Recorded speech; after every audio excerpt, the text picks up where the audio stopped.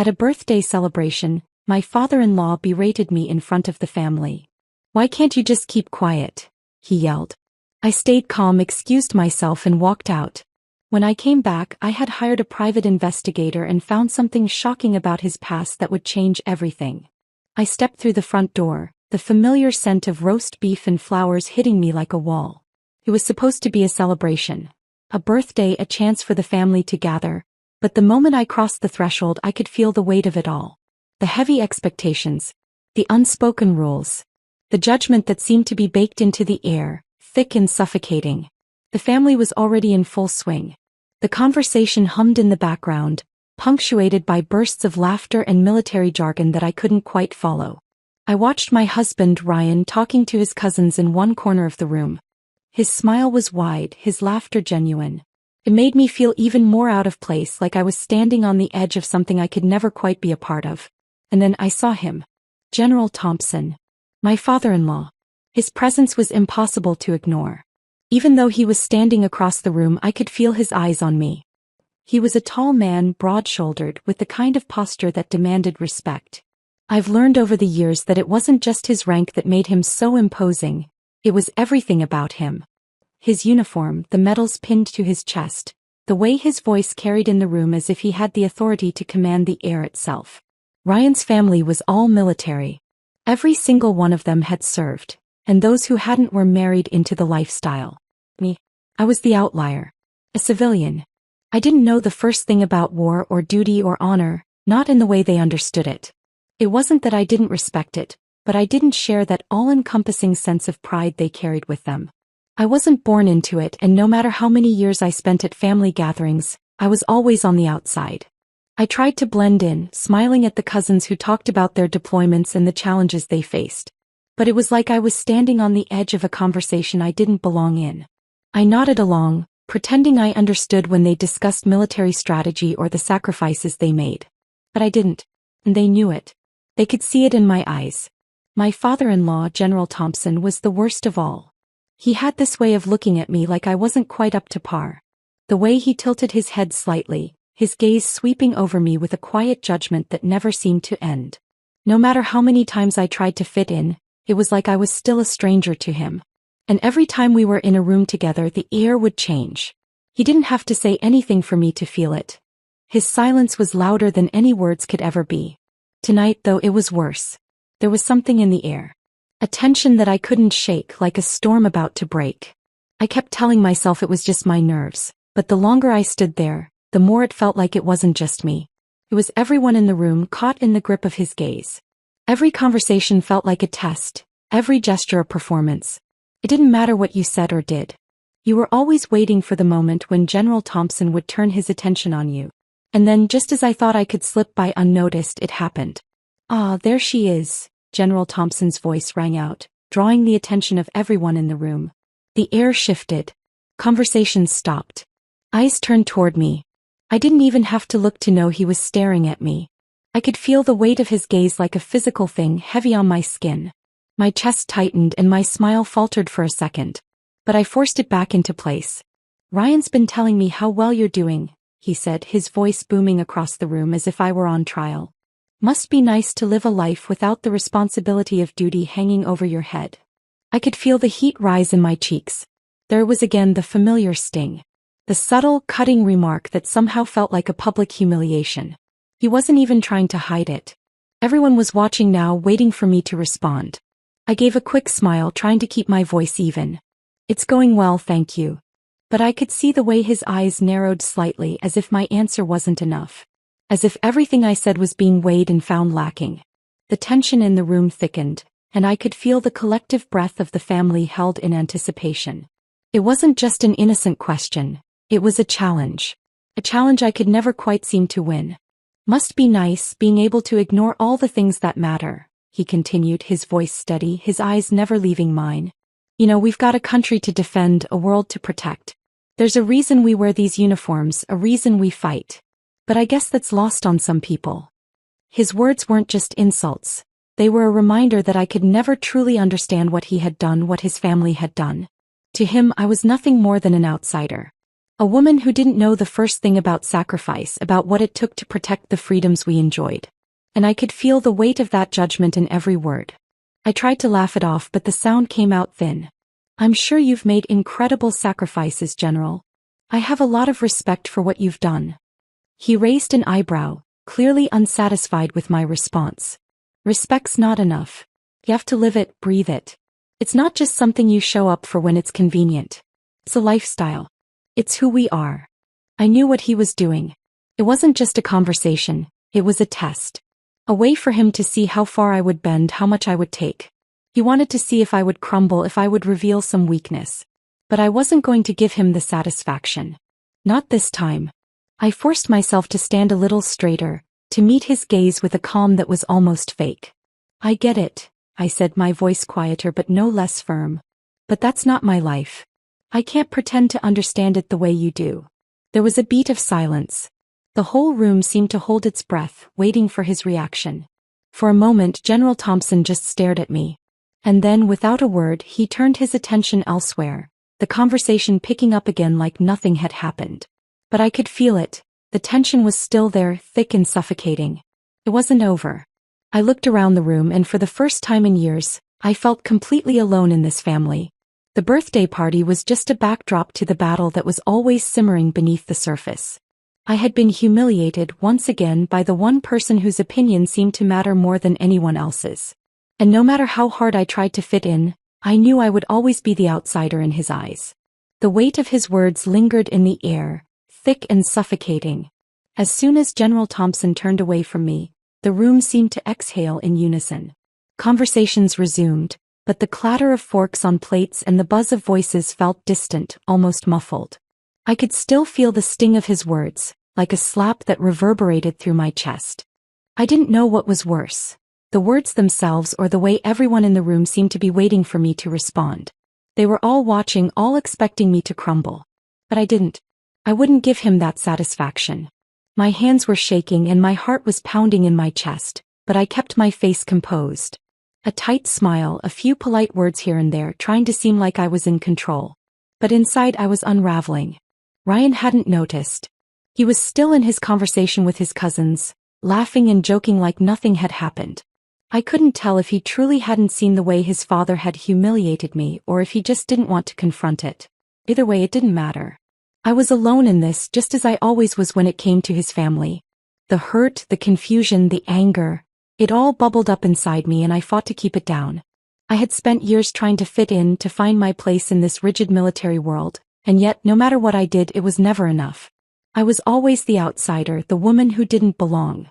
As the evening wore on, the noise around me grew louder, but the tension in my chest only tightened. I kept looking at Ryan, trying to catch his eye, hoping he'd sense something was wrong, but he was lost in his world, oblivious to the battle I was fighting inside. I couldn't take it anymore. The weight of General Thompson's judgment, the disapproving looks from his cousins, the feeling of being utterly invisible in this family. It was too much. I'm going to step outside for a minute, I murmured to no one in particular, excusing myself from the conversation I had been half engaged in. Nobody paid much attention. They were all too absorbed in their own chatter, and I felt a pang of isolation at how little anyone seemed to care. I walked quickly to the back of the house, the sound of my shoes echoing against the hardwood floor.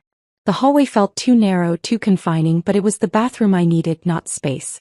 I could feel the tears threatening to spill, and I couldn't allow that to happen, not in front of them. Not in front of him. The bathroom door clicked shut behind me with a soft thud, and I locked it instinctively. I stood there for a moment, my back pressed against the cool door, trying to steady my breathing. My fingers were clenched into fists, nails digging into the palms of my hands. I hadn't even realized how badly I was shaking until I looked at myself in the mirror. My reflection looked foreign to me. Pale skin, eyes wide and red-rimmed, lips pressed into a thin line as if I were trying to hold back a flood that was ready to burst. I hadn't cried in front of anyone in years. Not in front of Ryan, not in front of his family. I had to be strong the way they expected me to be. But now the mask was slipping and I wasn't sure I could hold it up much longer. The tears came then, hot and furious, blurring my reflection. I let out a shaky breath, a sob catching in my throat, and the tears fell freely. I didn't care anymore. Not about the birthday celebration, not about the people in the other room, Not about the facade I'd been trying so desperately to maintain. All the anger, the hurt, the humiliation that had been building for years finally broke through, flooding me in waves. I wasn't just crying over tonight. No, this went deeper. It was about the years of walking on eggshells, trying to prove myself to a family that had never accepted me. Trying to be someone I wasn't just to earn a sliver of their approval. But no matter how hard I tried, I was always the outsider. I hadn't belonged then and I didn't belong now. I sank to the floor, my back pressed against the cool tile. The sobs racked my body, sharp and uncontrollable. The anger was there too, bubbling under the surface. Anger at myself for letting him get to me, for letting him make me feel small, for letting this family make me feel invisible. I had spent too long trying to fit into a mold that wasn't mine. The thoughts were a blur, a mix of self-loathing and frustration. Why did I even try? Why had I allowed myself to believe that if I just kept my head down, if I just played the part, things would get better? That I would be accepted? But it never happened. Not for me. Not with him. The bitterness washed over me like a cold wave. I could still hear his voice, the sharpness of his words cutting through the room, cutting through me. His disapproval was like a brand, searing my skin, making me feel like I was nothing more than a nuisance. He didn't care about who I was, about what I brought to the family. I was just the woman who didn't belong in his world.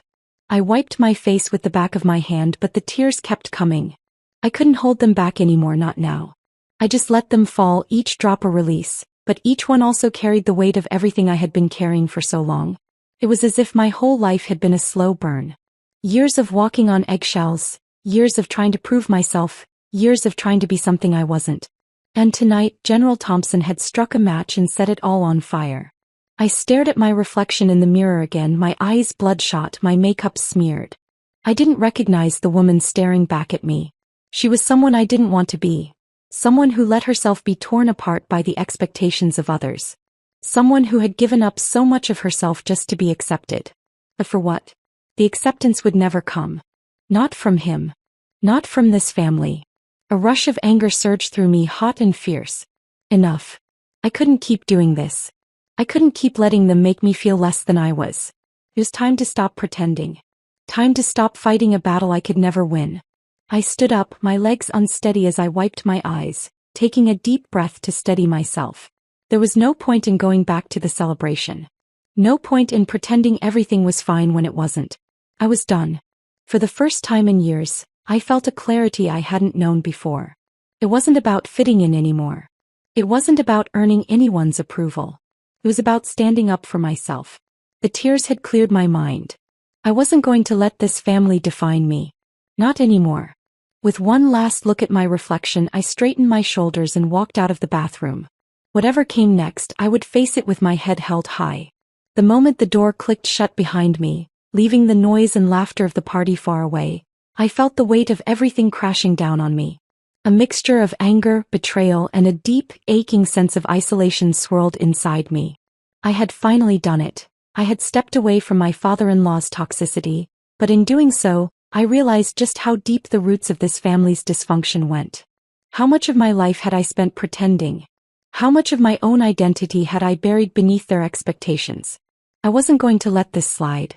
I wasn't going to let the humiliation and the contempt he had shown me become just another chapter in my life that I could forget. It felt like a betrayal, one I had suffered silently for years, but now I was determined to expose the truth. If I had learned anything in the past few years, it was that silence only rewarded those who wanted to bury their secrets. The next morning, I woke up with a sense of purpose I hadn't felt in a long time. My mind was already racing with questions, each one more urgent than the last. I couldn't shake the feeling that there was something more to General Thompson's history. A story that had been hidden for far too long, just like the way he had always treated me. There was more to him than the authoritative, polished exterior he wore. I could feel it deep down. I reached for my phone, the cold screen flashing back at me. I'd never thought I'd be making a call like this, but desperation can make you do things you never thought possible. A private investigator. I didn't know how to start or even what to ask, but I knew it was the only way forward. There had to be something buried in his past. Something that could expose him just as he had exposed me last night. I dialed the number I found online, the voice on the other end smooth but professional. A woman's voice, calm and reassuring, asking how she could help. I gave a quick, tight explanation of what had happened. How my father-in-law had humiliated me at the party, how it wasn't the first time, and how something in my gut told me there was more to this man than anyone knew. After some back and forth about details, the investigator assured me she could look into it. She promised to get back to me within a few days, but I could tell by the way she asked questions that she was already starting to dig. It didn't take long for me to realize that I wasn't the only one curious about General Thompson's past. As the days passed, I began to let my mind wander. What was I really searching for? Was I looking for a way to get back at him for his cruelty? Or was I trying to understand the man who had shaped my husband's entire worldview, the man who held so much power over our lives? Both, I realized. But more than that, I was looking for answers. Answers to questions I'd never even had the courage to ask until now. It had always bothered me that people in the family spoke so little about his military career. General Thompson was a hero after all. Or at least that was the story I'd always been fed. Stories of his bravery, his sacrifice for his country, how he had led his men through some of the most difficult times in recent history. But I had overheard snippets of conversations, whispers that didn't quite add up. Remarks about an incident that never gets talked about, as if there was some kind of unspoken agreement to pretend it never happened. I dismissed those comments at the time, assuming they were just the kind of family gossip I had no place in. But now those whispers felt like clues. The investigator called me back sooner than I expected, her voice flat, almost clinical. She explained that she had started with a few basic queries into his military record. It's all public information, she assured me, but there are things that sometimes get overlooked. People forget or they choose not to dig deeper. The first report she sent me hit like a slap to the face. It wasn't exactly shocking. Nothing about General Thompson's service was a secret after all, but there was something deeply unsettling about seeing it all laid out in black and white. The dates, the assignments, the commendations. But then, just as she'd said, there were things hidden in plain sight. The report mentioned a military operation, a covert mission that had taken place during his deployment in the late 90s. A mission that, on paper, looked successful. The operation had been deemed necessary by higher-ups, part of the standard strategy to maintain control in a war-torn region. But the deeper I dug into the details, the more it didn't make sense. It was glossed over in the official records. No concrete details about what happened, just vague references to unintended casualties. Casualties that were civilians, not combatants. Entire families wiped out in a foreign land, their deaths swept under the rug with a few simple lines of government speak. The investigator had dug up old testimonies, soldiers who had been involved in the operation. A few anonymous letters, smuggled out of the war zone and published in a small independent journal, detailed a cover-up. According to these accounts, the operation had gone horribly wrong. An airstrike that had been called in too hastily, a group of civilians who had been caught in the crossfire. The deaths weren't unintended at all. They were the result of poor decisions made by someone in charge, someone like General Thompson. The report suggested that Thompson, despite being in charge of the operation, had never been held accountable. Instead, the narrative was carefully spun to ensure his reputation remained intact. The survivors of the attack, they said, were quietly silenced. Witnesses who tried to speak out were ignored, their stories erased from history. It was a cover-up, pure and simple. I sat back, my heart pounding in my chest. The man who had always been portrayed as a hero, as the rock of this family, had a past drenched in blood. I had always known there was something off about him, something that didn't match the image. But this was far worse than I had ever imagined. This was the dark truth that everyone had either forgotten or been too afraid to acknowledge. But it didn't stop there. The more I read, the more it became clear that this wasn't just an isolated incident. It was part of a larger pattern. The investigator had found links to other military operations, ones that had similar signs of cover-ups and mismanagement. My mind raced. What kind of man was I really married into? I felt a cold anger growing inside me, not just at him but at everyone who had allowed this to go on. At the family that worshipped him as a hero without questioning the real cost of that heroism. I had always felt like an outsider in this family, but now I realized I had been blind. I wasn't just an outsider. I had been a victim of their blind loyalty, of their collective silence. The investigator promised to dig deeper. But already a story was unfolding, one that I had never expected to find. I was beginning to uncover pieces of a man who was nothing like the image he had crafted for himself. And the more I learned, the more determined I became to bring the truth to light. The phone call from the investigator hit me harder than I expected. Her voice, usually professional, now carried an undertone of something else. Concern, perhaps, or caution. She explained that she'd uncovered some new documents that would add weight to the reports she'd already sent me. I could feel the tension building as she spoke, every word she said tightening the knot in my chest. I wasn't ready for what she was about to tell me. The general's past, once carefully shielded, was now beginning to unravel. It wasn't just some forgotten mistake. It was a deliberate cover-up, one that had been orchestrated by high-ranking officials who saw fit to protect their own, no matter the cost. I could hear the rustling of paper on her end as she began to describe the operation, each detail hitting harder than the last. It wasn't just about a failed mission or some minor error in judgment. This was much more. The operation, which took place in a war-torn country overseas, had been a disastrous attempt to secure a strategic location. It was supposed to be a quick operation, low risk, high reward. In reality, it had been anything but. The mission was supposed to neutralize enemy forces, but instead, innocent civilians were caught in the crossfire. Families, children, lives torn apart by a decision that should never have been made. The orders had been clear: secure the area at all costs. General Thompson had followed those orders without question, without hesitation. The aftermath of that mission was a mess. The public record was scrubbed clean, the civilian deaths reduced to footnotes in official military reports. But the whispers, those whispers, the ones I had overheard in hushed tones, were more than just rumors. They were true. A few brave souls had tried to speak up, but their voices were drowned out. What could a few soldiers do when the entire machinery of the military-industrial complex was pushing the story in another direction? The civilians, their grief and suffering, meant nothing when weighed against national interests. The investigator's voice dropped as she went on, revealing even more. She told me about the government's response to the scandal. The families of the dead civilians had been silenced, offered compensation that couldn't begin to ease their pain, but that was only part of the story. Those who had survived, those who had lost everything, were given little to no support. And those who spoke out against the operation were either ignored or, worse, discredited.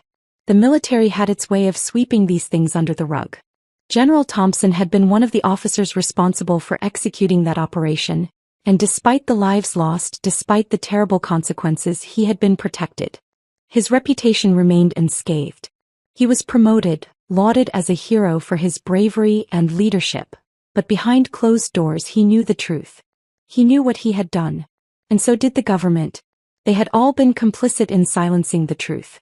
The very thing he had built his career on was built on the blood of innocents.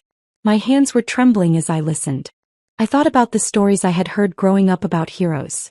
Real heroes who fought for freedom and justice. That was what my husband had always believed about his father. What everyone in the family had believed. The stories we had all been told, fed to us like some sanitized version of history, had all been lies. The general wasn't a hero. He was a man who had made a decision that cost lives and never had to face the consequences. The investigator paused before continuing. She explained that some of the soldiers who had participated in the operation were still alive, some of them even haunted by the events of that day. They had lived with the guilt of taking innocent lives, but more than that, they had been left to carry the burden of a decision they had been forced to follow. They had lived with the truth while the general had gone on to bigger and better things, his name untouched by scandal. Her words were like shards of glass cutting through me. I hadn't known the full extent of what had happened, what my father-in-law had been a part of. I had always known that something wasn't right, but now the reality of it was so much darker than I had ever imagined. The man I had tried to respect, the man I had tried to understand, had played a direct role in this tragedy. His actions had not only ruined the lives of innocent people abroad but had also created a ripple effect that reached into my own life. I put the phone down, my heart hammering in my chest.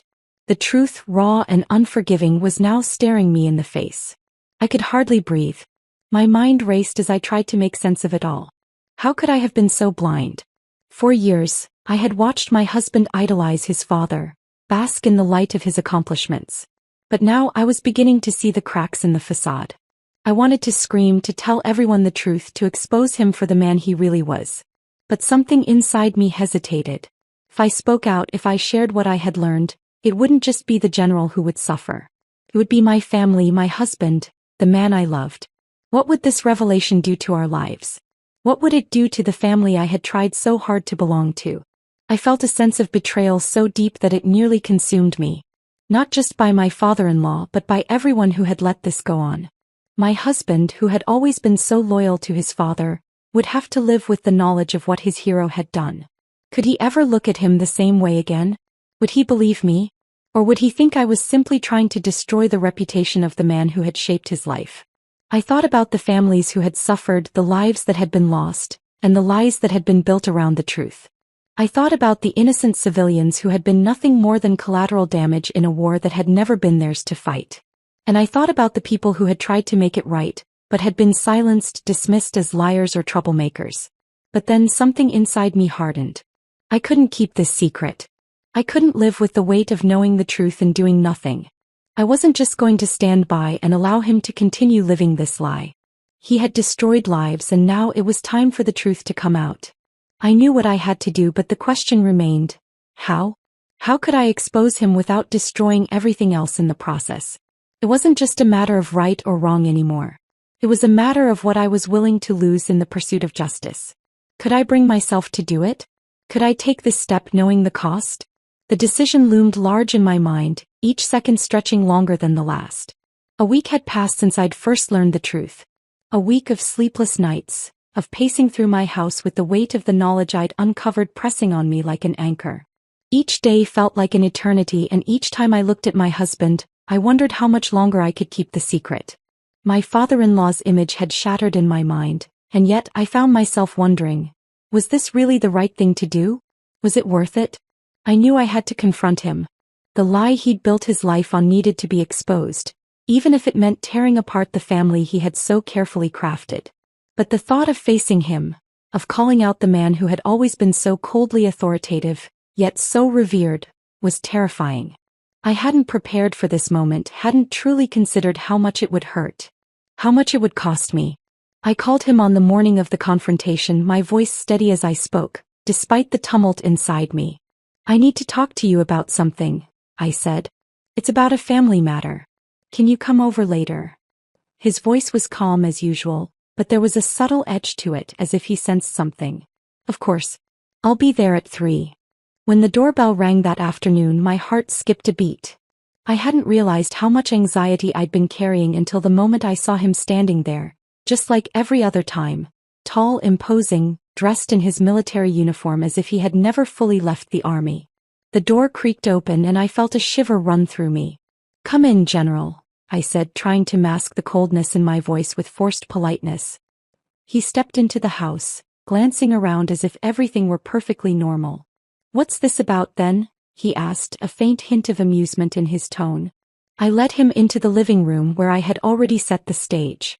A low table between us, a chair for him and my seat across from him. Everything felt too perfect, too rehearsed.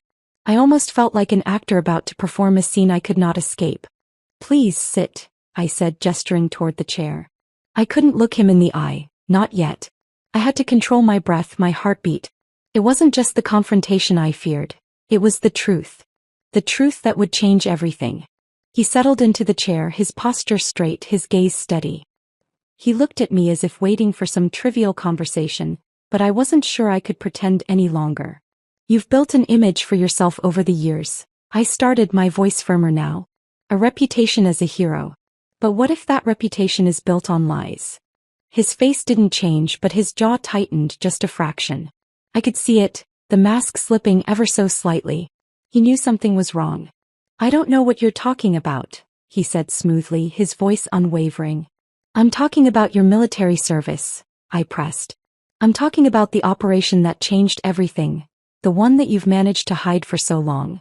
His eyes narrowed, but he didn't interrupt. He hadn't even flinched. The silence between us felt like it stretched for an eternity, and in that moment, I knew the truth was something he'd been running from for years. I reached into my bag and pulled out the stack of papers. The investigators' findings, the reports, the evidence.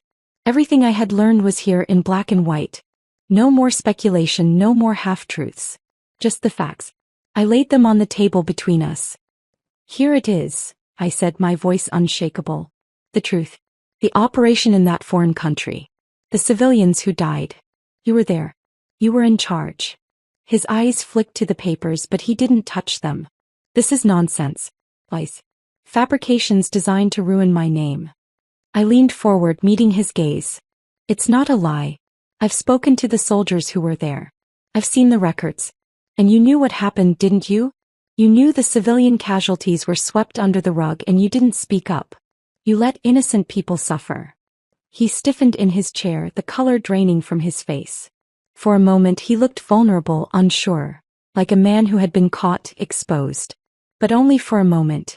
This is an attack on my honor, he growled, his voice rising. I served this country with distinction. I was protecting our interests, making sure this country remained safe. And you have the audacity to accuse me of murder. It's not about protecting this country. It's about what happened to those people, I replied, my voice growing louder. Their lives were destroyed because of an order you gave. And now you sit here acting as if nothing ever happened. His eyes hardened. The calm demeanor he had worn for so many years was gone, replaced with a cold fury that I had never seen before. You don't know what you're talking about, he spat. You think you can tear down everything I've built? Everything I've sacrificed? You think you can just... I don't want to tear you down, I interrupted. I want the truth to come out. I want you to be held accountable for what happened. It's not about you anymore. It's about what's right. His hands clenched into fists, his knuckles white. He stood up abruptly, knocking his chair back. You have no idea what you're doing. This is not your battle to fight. This is a matter of national security, of duty and honor.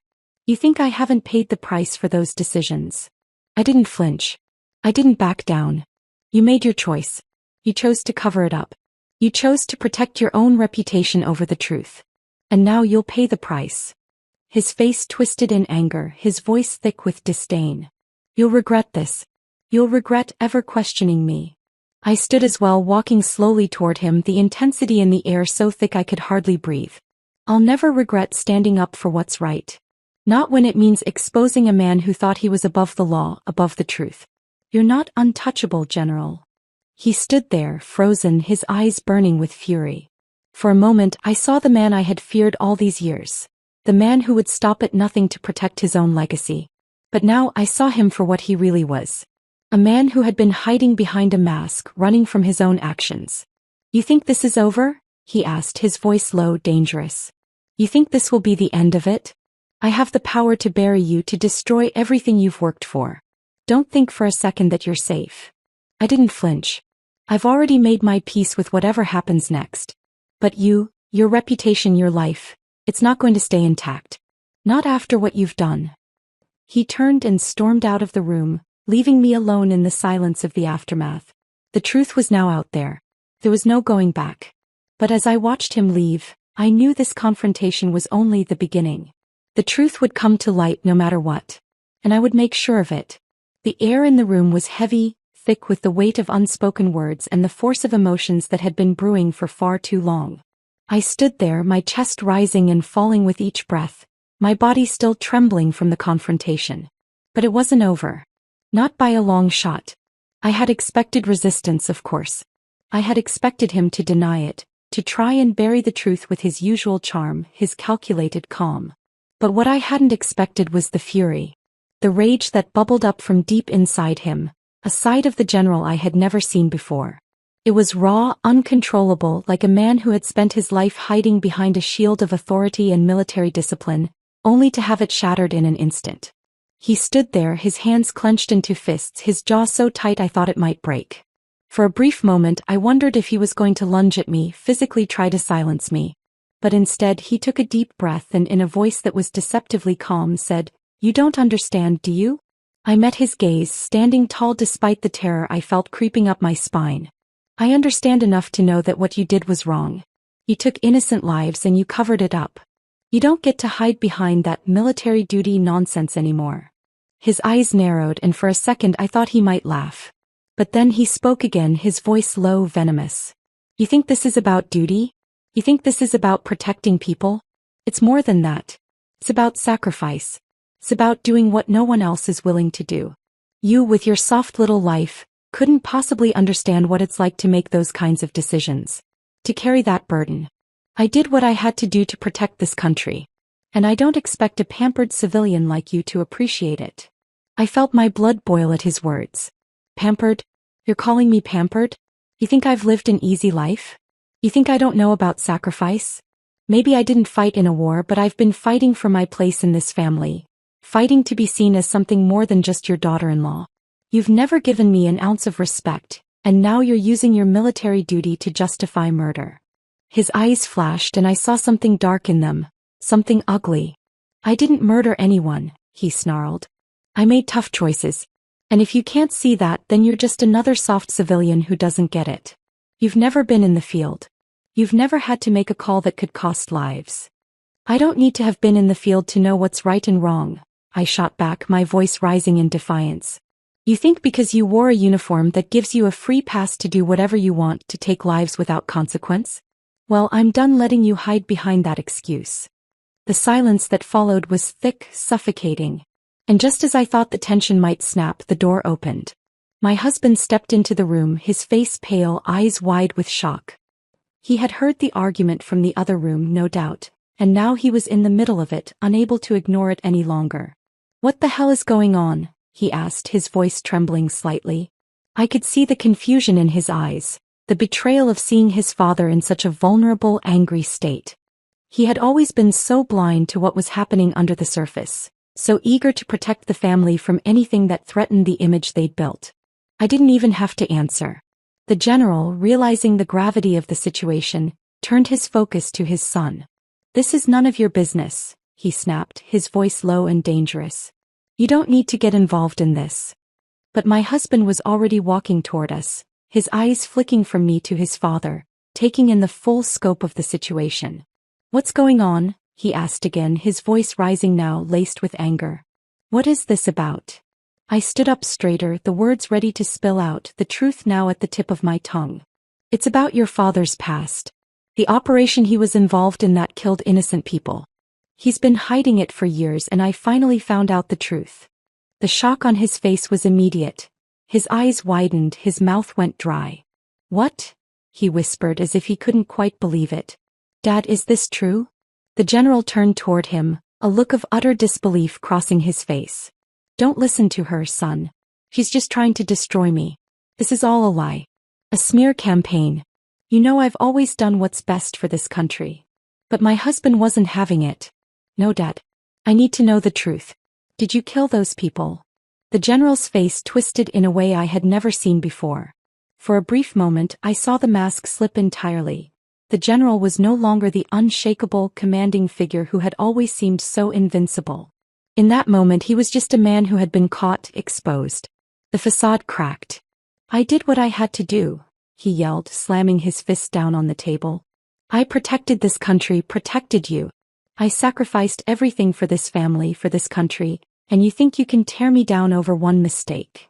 I stood frozen, my heart pounding in my chest. This wasn't the man I had been married to, nor the father-in-law I had grown accustomed to. This was something darker, something that had been hidden behind layers of pride and denial for so long. And it was all coming to the surface. You can't just destroy him like this, my husband cried, his voice rising in desperation. You don't know what it's like. You don't understand, he made hard decisions. No. I shouted back, my voice raw. He made selfish decisions. And now those decisions are destroying everything. In that moment, it was as though the room itself was closing in on us. My husband was caught between his loyalty to his father and the truth I had just uncovered. He looked at me, torn, and then at his father, who stood there, seething with anger. I saw the pain in his eyes, the shock of being caught between the two most important people in his life. And then, as the tension boiled over, my father-in-law's voice dropped, almost as if he were speaking to himself. This family will never be the same again, he muttered. It was a statement of defeat, a grim acknowledgement of the truth that had been revealed. But as I stood there watching everything fall apart, I felt something shift inside me. The power I had once felt like I had to fight for was now mine. I wasn't the meek outsider anymore. I wasn't the one who had to wait for permission to speak. I was the one who held the truth. And that truth had shattered everything. But as the chaos unfolded before me, I couldn't shake the feeling that somehow, this victory had come at a great cost. Would it really be worth it in the end? Would I be able to live with the consequences of exposing a man who had built an empire of lies? Or had I lost something too in the process? My mind churned with those questions, but one thing was clear. There was no turning back now. The days following the confrontation were filled with an overwhelming sense of chaos. It was as if the dust had not yet settled, but the storm had already passed. The general's name had been dragged through the mud, his once glorious reputation shattered into pieces. Family members who had once idolized him now whispered behind closed doors, exchanging glances of disbelief, but also of newfound caution. It was like they had been living in a carefully constructed illusion that I had just torn apart with one simple act. Apologies had come from some quarters, though they felt hollow. The ones who had been most vocal in their support of him, who had rallied behind his military persona, now seemed like shadows of their former selves, offering words that felt rehearsed, insincere. I could see through the facade, and it made me question whether any of the relationships I had thought were real had ever been more than just part of the grand illusion we had all played a part in maintaining. But some family members had distanced themselves entirely, choosing to side with the general, or perhaps simply avoiding the truth altogether. I wasn't sure which was worse, the coldness from those who had quietly accepted his actions or the open hostility from others who still clung to their blind loyalty. It wasn't just my father-in-law who was disillusioned. The family had splintered, and in the process so had my own sense of belonging. It was the distance from my husband that hit hardest. At first he had tried to stay neutral, unsure of how to process what I had revealed. But as the days wore on, I saw the subtle shifts in his behavior.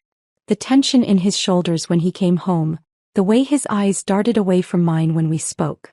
It was as if the very foundation of our marriage had cracked under the weight of the secret I had unearthed. He was angry with me. Not just angry, disappointed, hurt. I could see it in the way he looked at me, a kind of resentment that hadn't been there before. I had always known there were things about him I would never fully understand, things buried in the past that even his closest friends and family would never dare to speak of. But now the distance between us had become a chasm. He couldn't reconcile the man he thought his father was with the truth I had exposed. And I couldn't reconcile the man I had married with the one who would defend a man like his father. The late-night conversations had turned into stilted, tense silences. The questions I had hoped he would ask me, the understanding I needed from him, never came. Instead, we sat in rooms that felt too large, too empty, our words a formality. He didn't understand my need to act, nor did he seem to care anymore. And that was the hardest part, because I hadn't done this for anyone else. I hadn't done it for revenge, or for the sense of triumph that might come with exposing someone's darkest secret. I had done it for me. And somewhere along the way I had lost him in the process. In the stillness of my own thoughts, I began to wonder if it had all been worth it. What had I really gained? The general was tarnished, yes, but so was I. What had been the point of dragging all of this to the surface, only to find myself standing amidst the wreckage? Had I truly won, or had I simply become another pawn in a much larger game? One filled with power plays, manipulation, and consequences I hadn't fully grasped at the time? At one point I found myself wandering through the house, my footsteps muffled on the wooden floors, unsure of where I belonged anymore. The walls that had once felt like a home now seemed to close in on me, suffocating me with their memories. The pictures on the mantel, the heirlooms passed down through generations, all of it felt like an anchor pulling me deeper into a world I no longer fit into. Every corner of the house seemed to echo with whispers of who I was supposed to be, who I was expected to become. But who had I become in all of this? And then one evening while I sat alone on the porch watching the sun set in a violent burst of orange and pink, something shifted. It wasn't a grand realization but a quiet, almost imperceptible change in my perspective. I didn't need anyone's approval. I didn't need the apology of my husband, or the validation of the family. I didn't need to fit into their mold anymore. What I had gained was far more valuable than the destruction of my father-in-law's reputation. It was the understanding that I could stand on my own, not as a victim, but as someone who had finally taken control of her own narrative. I didn't need their acceptance. I never had. The strength I had thought I would find in revenge, in exposing the lies, had been there all along, hidden beneath layers of fear and doubt. I had been afraid of what would happen if I spoke up, if I revealed the ugly truths that had been buried in the corners of my world. But in that moment, as the evening light began to fade, I realized that the power I had been searching for wasn't in the destruction of another person. It was in the ability to speak my truth and stand by it regardless of the consequences. As I stood there, the wind brushing against my face, a sense of peace washed over me. The world was still chaotic, the family still divided, and my relationship with my husband was hanging by a thread. But I no longer felt the need to fix it all. I had done what I needed to do. I had faced the truth, and in doing so, I had found something I never expected: myself. The days that followed weren't perfect, and I didn't expect them to be. There were still arguments, still moments where the tension in the air was thick enough to cut with a knife. But I no longer felt lost in the turmoil. I no longer felt like I had to be someone else to fit in, to be accepted. I had walked away from the toxic expectations that had plagued me for years, and in doing so, I had become something stronger, something more authentic. I had never been someone who wore their anger as a badge of honor. Revenge wasn't what had driven me. It was the quiet, subtle force of self-respect, the refusal to stay silent and shrink into the shadows. I wasn't the meek outsider anymore. I was someone who had chosen her own path, and no one could take that away from me. Walking away from the family wasn't easy. It wasn't the happy ending I had imagined when I first uncovered the truth. But it was mine. And in that, I had found a freedom that no one could ever take from me. The family, the general, my husband, none of them could define who I was anymore. That was my choice, and in the end, that was the most powerful thing of all.